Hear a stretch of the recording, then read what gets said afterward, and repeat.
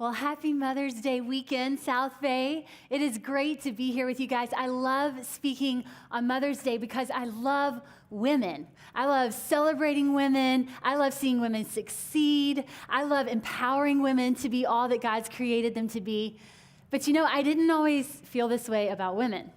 Before, when I was growing up, I actually had a lot more guy friends than girlfriends because I always felt like women were a little bit too high maintenance, a little bit too emotional and complicated. I mean, are there any other women here at Sunnyvale, South San Jose, show of hands, anyone that would say you had more guy friends than girlfriends because of that reason? Yeah, I have a lot of women that tell me that.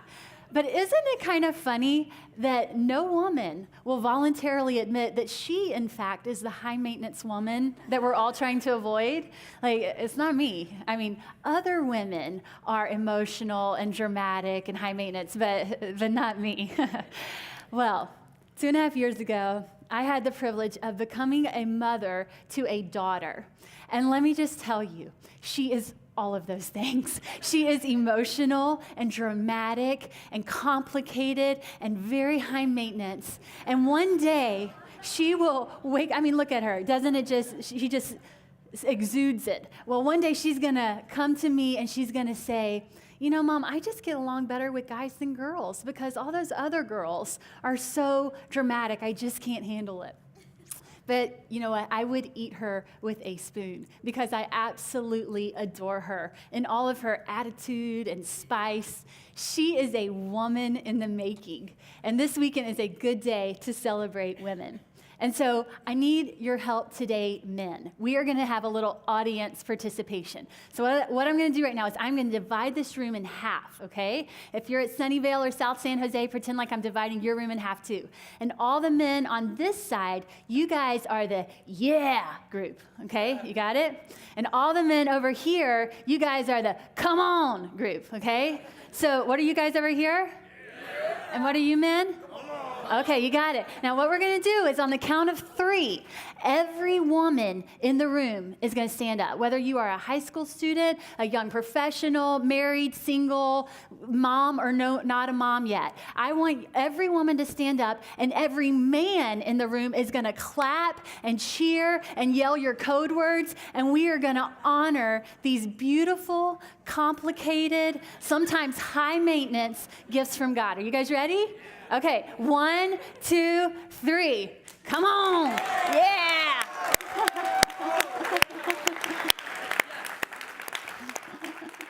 All right. Thank you so much. We love you, women. Well, today I have a message for you guys that I feel like can relate to any of us, whether you are a mom or not, whether you are a man or a woman, whether you are like a middle school or high school student, or you're really old like me. I feel like it can relate to any of us.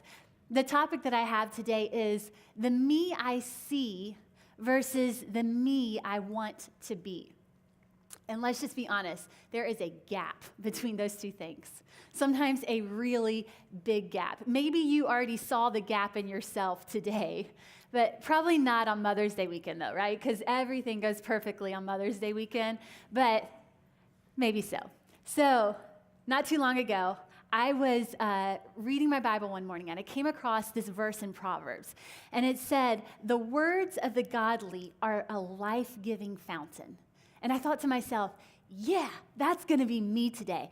I am going to be a life-giving fountain. I'm going to encourage everyone I talk to. I'm going to speak hope into their circumstances. I am going to be a freaking life-giving fountain today. But then my kids woke up, and it was time to get them ready for school. And let's just say that not all of my words were a life-giving fountain. I was definitely spewing something on them, but I'm not sure that it was life. And so a little bit later, I drop them off at school, and I remember my quiet time that morning when I had purposed in my heart to be a life-giving fountain. And I felt so deflated because the me I want to be is so different than the me that I see. There is a gap there. One time in my life that I felt that gap most pronounced and painful for me was the season right after we adopted our son, Sammy. That was about 5.5 years ago when he was just under the age of 2 years old. I went into adoption totally starry-eyed. I think I must have seen some DVD about adoption or seen pictures, heard the plight of orphans, tore my heart out. And so I was going to be the hope. Me personally, I was going to parachute into Ethiopia and rescue one of those poor starving children. And everyone was going to applaud and give me a Medal of Honor as I boarded that flight back home with my new precious little treasure. And of course, my son would live in endless gratitude for this second chance of life that he'd been given. And Andy and I would live in endless gratitude for this opportunity to be his parents. But much to my dismay, that is not exactly the way adoption typically unfolds. Can you see this picture of me? I think we have a picture. This is when we are first meeting Sammy. Can you just see the starry-eyed look in my eyes? This is going to be so fantastic. Every adoptive parent in the room is shaking their head at me and my own naivety at this point in the journey, because that's just, as disappointing as it may seem, that is not the way adoption unfolds. Much to my dismay, the next 18 months were some of the hardest of my life. You see, Sammy did not sleep through the night for 18 months. He was so traumatized and fearful that I would leave him that I literally had to be with him 24 hours a day. If I even walked out of the room, he would go into this terrified scream. He wouldn't let me hug him when I wanted to hug him. He would refuse affection. He would only receive it on his own terms. And so I would go to hold his hand, and he would refuse to hold my hand. It was like he was both desperate for me and he didn't want me at the same time. All of our routines and schedule for our family, everything that had been so consistent and predictable, was just thrown into complete chaos. And in my mind, I understood this. I mean, of course it made sense that he was fearful that I would leave him. He had already lost the most important relationships in his life before he was even 2 years old. I mean, of course he was having trouble sleeping through the night. What if he woke up and I was gone? He had to keep checking on me. Of course he had a hard time giving and receiving affection. He didn't know me. He didn't know the intentions of my heart. He didn't know if I was here to stay or if I'd be gone in a few months too. So in my mind, I understood all of this, but getting my heart to cooperate was a completely different situation. I felt very disconnected emotionally. You know what happens when a child consistently refuses to be hugged or consistently pushes away your hand? You start thinking things like, fine, I didn't want to hug you anyway. You know what happens when that child wakes up for the 5th time in the middle of the night and suddenly wants your affection then? Let me give you a hint. You don't want to cuddle. I mean, maybe you guys would. Maybe you're far more noble than me. But the only thing running through my mind at 3:30 in the morning were cuss words and this voice chanting over and over in my head, do not hurt your child. Do not hurt your child.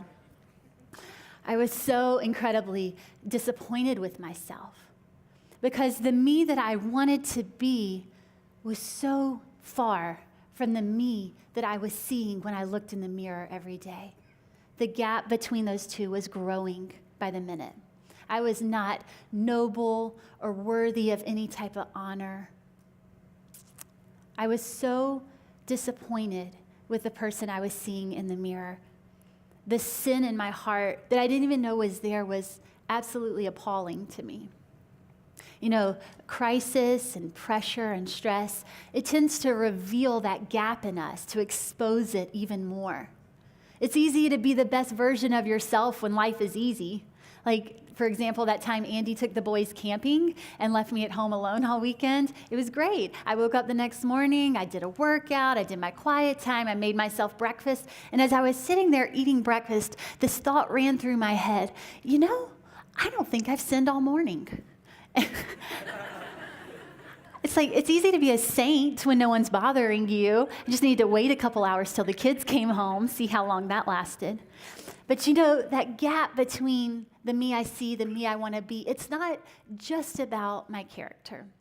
It can also be about my achievements or the things that I'm able to accomplish. Like I'll look around and I'll see other people who are my age who seem to be accomplishing so much more, doing so much more with their life, and I feel so discouraged and defeated and deflated. It's a horrible way to live. It's a horrible way to feel.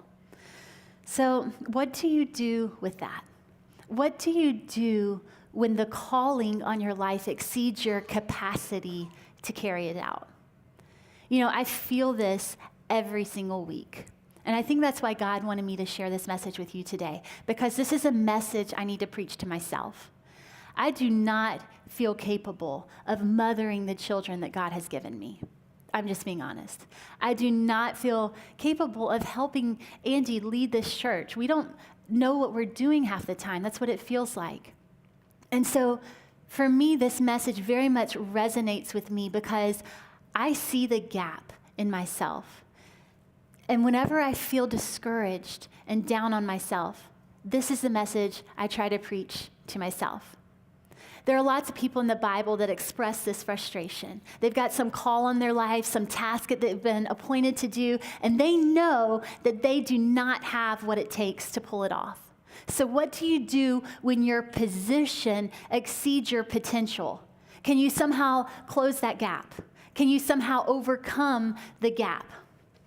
Well, I want to look at today the life of Moses, and specifically that time in Moses' life when God put a call on him, gave him a job to do that he knew he didn't have the capacity to pull it off. So if you have your Bible with you, can you turn in it to the book of Exodus, chapter 3? And if you don't, it's no problem. They'll be on the screens behind me. But let me give you a little context for where we're picking up the passage. Moses is out in the desert with a bunch of sheep, and he's tending his father-in-law's sheep, and the Bible actually says on the far side of the wilderness. I mean, doesn't that just sound like the worst job description in the world? Like, not only is he a hired hand in his father-in-law's company, of all people, but he's like with a bunch of sheep on the backside of the desert. That's not exactly a job description that anyone aspires to. But if nothing else, it was at least safe and predictable and comfortable for Moses. And then God shows up and calls him to a whole different level, and Moses isn't so sure he wants that job description either. Isn't it funny how we do that? Like, we're not satisfied with where we are, but then when God calls us to another level, we're not really sure we want that either, God. We tend to do that. So we're going to pick it up in verse 10, when God says to Moses, "Now go, for I am sending you to Pharaoh. You must lead my people Israel out of Egypt." And I want you to notice in this next verse how Moses immediately responds with all these excuses and fears and inadequacies. Like, God, there is a huge gap between this job assignment and my capabilities to pull it off. Moses protested to God, "Who am I to appear before Pharaoh? Who am I to lead the people of Israel out of Egypt? God, I'm not even sure the most polished diplomat in the world could negotiate that deal. But me? Really? I've got no authority. I've got this stuttering problem. And then there's this small issue of I am wanted for murder back in Egypt. I mean, really, God, who am I to do this?" But God responds back to him, "I will be with you." And that's enough. The God of the universe, the one who knit Moses together with all of his personality and his strengths and his weaknesses and limitations, he would be with him. He had chosen him for this job. It wasn't random. He wasn't a third-string pick. God had been preparing Moses for this moment long before he was born, and he wasn't going to leave him hanging now. He would be with him. But that wasn't enough for Moses, because Moses was doing what we tend to do when we get in high-pressure situations. Moses was minimizing God's promises when he was magnifying his own problems. Moses protests to God again, and he says, if I go, because let's just be clear, God, I have not agreed to this deal yet, but if I go to the people of Israel and tell them, the God of your ancestors has sent me to you, they will ask me, well, what's his name? Then what should I tell them? God replied to Moses, I am who I am. Say this to the people of Israel, I am has sent me to you. God also said to Moses, say this to the people of Israel, Yahweh, the God of your ancestors, the God of Abraham, the God of Isaac, and the God of Jacob, has sent me to you. Now, Yahweh is the personal name of God. It's like calling a man Andy or David or Drew. It's his personal name. And there was a lot of gods back in those times. In Egypt, there were tons of gods. They all had a name. And so God was telling Moses, whenever you refer to me, the God of the universe who created all things and is over all things, you call me Yahweh. That's my name. Did you notice in that passage how Moses said to God, God, who am I? And God replies back to Moses, I am. But God, who am I? I don't have what it takes. That's okay. I am enough. But God, Pharaoh's not going to listen to me. I'm a nobody. That's okay. I am in charge, even over Pharaoh. But God, who's going to make the Israelites believe that you sent me? I am. But God, who's going to tell me what to do next? I am. Moses, I am strong. I am capable. I am persuasive. Everything you need, I am. And I will be with you. You see, there was a call on Moses' life that far exceeded his own capacity to carry it out. But when the Spirit of Yahweh is with you, he enables you to do things that are far beyond your own power. When the Spirit of Yahweh is with you, you can call down 10 plagues from heaven. You can part the Red Sea. You can draw water from a rock. You can feed millions in a desert, not because of who Moses was, but because the Spirit of Yahweh was with him. Do you know that promise is true for us today as well? God says to us in the book of Hebrews that I will never fail you. I will never abandon you. But we have our own set of excuses and fears, don't we? God, I don't have what it takes to raise these kids. I don't know how to run this organization. There's so much pressure on me right now, God. I've got more than I can handle. God, I keep trying to grow in my character, but I keep falling short over and over again. I am so disappointed in myself. Who's going to help me? Who's going to give me the wisdom I need? Who's going to lighten this load for me? And God says to us, I am.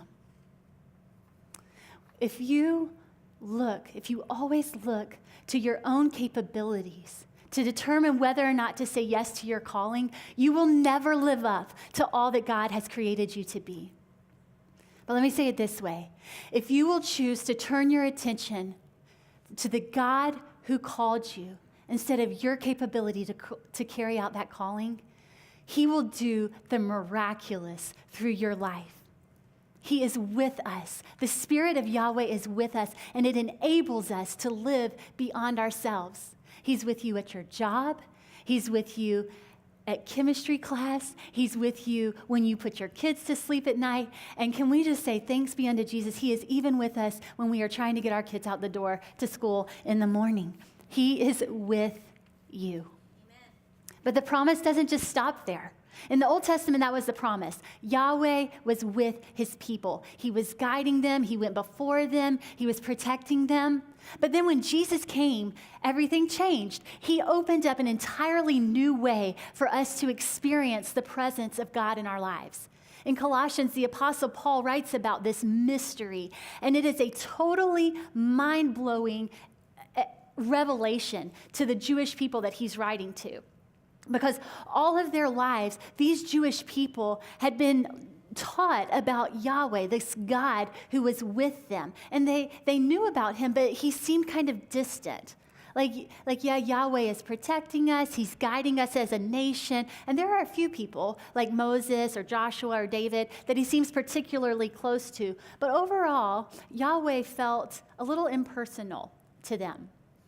But then Paul drops this bombshell on them, and I cannot overemphasize how groundbreaking this is, how life-changing this new information is for these Jewish people as they hear this for the first time. So let's look in Colossians chapter 1, verse 26, where it says, "The message was kept secret for centuries and generations past, but now it has been revealed to God's people. For God wanted them to know that the riches and glory of Christ are for you Gentiles too. And this is the secret." Are you ready for it? This is the secret. Christ is in you. This gives you assurance of sharing in his glory. Do you hear that? It's no longer just God is with you, but Christ is in you. Do you know why this is such a big deal for me? Because God with me changes my circumstances, but Christ in me changes my heart. Not just changes from without, but changes from within. You see, I don't just need God to change my circumstances. I need him to change me. I don't just need him to make my children sleep through the night. I need him to make me loving and kind and patient with that child in the middle of the night. I don't just need him to help my kids get along better. I need him to transform my mind so that I can understand with wisdom how to parent my kids. I don't just need him to take this load off of me, this pressure that I carry. I need him to come and strengthen me from my inmost being, because it is what is in you that sustains you. You know, Jesus is saying to us today, that gap that you feel, you can't close it. You can't overcome it. But I can fill it. That gap that we all feel between the me I see and the me that I want to be, it provides space for Jesus to fill.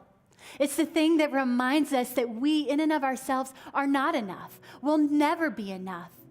But Jesus has come to fill the gap on our behalf.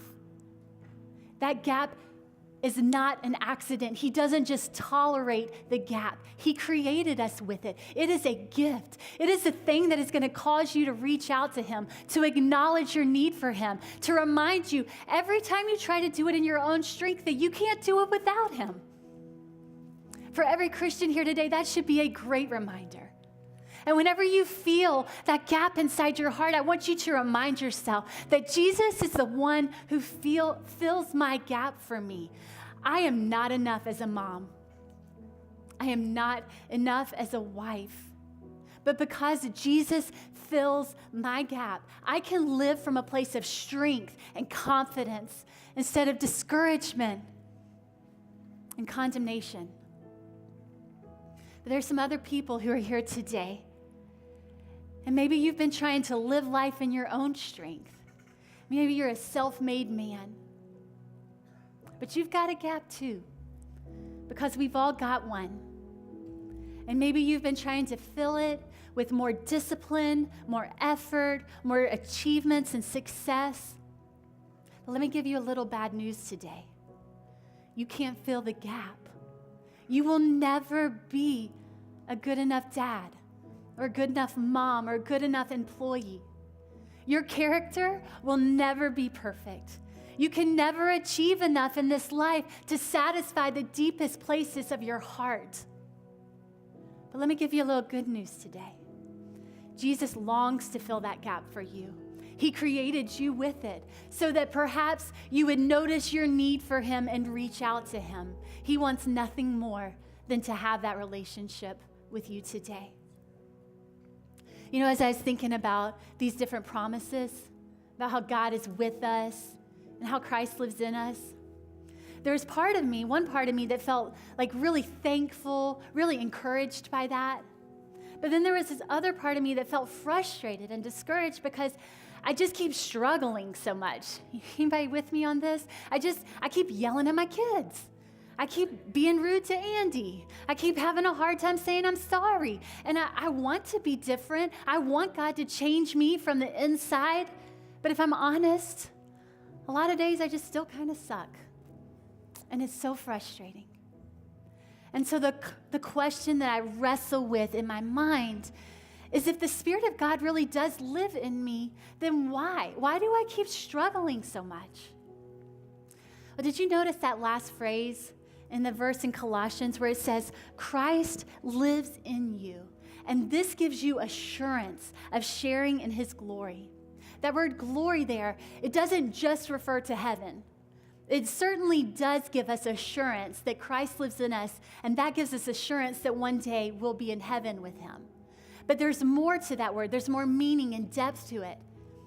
The thought that we can share in Christ's glory, it portrays this image of the glorious nature of God, that the part of his character that sets him apart from all other created beings, that he is perfectly holy, he's perfectly kind, he's perfectly loving.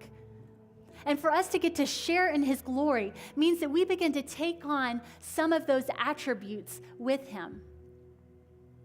That's why back in the book of Exodus, when Moses, he went up on a mountain one time, and God was there, and God revealed his glory to Moses. And Moses came back down the mountain, and his face was glowing. He didn't even know it, but his face was glowing, and the people literally covered his face with a veil because it was so bright. Moses had been with God, and it showed. It was evident to everyone around him. And that same thing is true for us. The closer you get to Yahweh, the more you will reflect his glory. That's why it says in 2 Corinthians, the Lord makes us more and more like him as we are changed into his glorious image. You don't even realize your face is glowing. You're so frustrated with yourself. You're so discouraged by all those areas in your life where you keep falling short. But then one day somebody sees you and they say, you are shining, and you didn't even know it. You're doing better than you think you are.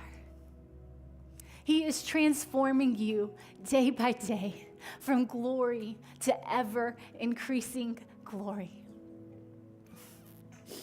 Your weaknesses are the perfect backdrop on which to display his strength. Your limitations magnify the limitless nature of our God. Your calling is not dependent upon your perfection. That gap that you feel between the me that you see and the me that you want to be, he is the one who created the gap, and he is the one who fills it. We don't have to live this life in our own strength because we serve a God whose name is Emmanuel, and he is the God who is with us. Can I get you guys to stand with me today as I bring this thing to a close? You know, there was a time back in Exodus, you remember back to the very beginning of the message when we talked about that call that God had put on Moses' life. And when he gave him that call to go into Egypt and to bring the Israelites out, he also gave him a sign that the promise was true. He said to Moses that when you go, I will be with you. And this is how this is your sign for how you will know that when you bring those people out of Egypt, you will come back to this mountain and you will worship me here. It's like, did you notice that after you obey, then you'll understand. After you do what I've told you to do, then you'll see that I've been faithful. But we like it the other way around, don't we? Like, no, God, I want a little assurance on the front end. I need to know that your promise is true before I obey. But clarity of God's promise often comes after obedience. You know, the first time Moses stood on that mountain, it was just him. It was just him and a burning bush and a bunch of sheep. But the next time he stood there, he stood with over 2 million people around him who had been set free from slavery because he chose to believe in the God who called him instead of his own capabilities to pull off that calling. You know, sometimes God gives us mountaintop experiences like that where we can see just how far he's brought us. Most of our lives we live with our heads down, just grinding it out from day to day. But every once in a while, we catch a glimpse at how far we've come. It's easy to forget. It's easy to forget how far we've come with Sammy. But sometimes Sometimes when I watch him play soccer, or I watch him ride a roller coaster, or I tuck him in bed at night, and he actually stays there, I catch a glimpse of it. He's not that traumatized, fear-driven little 2-year-old. God equipped me to be his mother, and I didn't even realize it. I may not be where I'm going yet, but by the grace of God, I am not where I was. I'm not who I was. And neither are you. God is transforming us. The God who lives in us is transforming us from glory to ever-increasing glory. All of us have areas in our lives where we feel the gap more than we feel the presence of God. But God wants to say to you today the same thing that he said to Moses that day on the mountain. I'm going to be with you. And this is how you know when you do it. When you do this thing I've called you to do, this thing that you know you can't do on your own, this thing that could potentially crush you if you try to do it in your own strength. You go and do it, and then you come back here to this place where it's just you and me. And you will see that the promise was true. I was with you every step of the way. You are not enough. You made all kinds of mistakes along the way. It was messy. It wasn't pretty. You are not enough in and of yourself, but I am. And the Spirit of the great I am lives in you.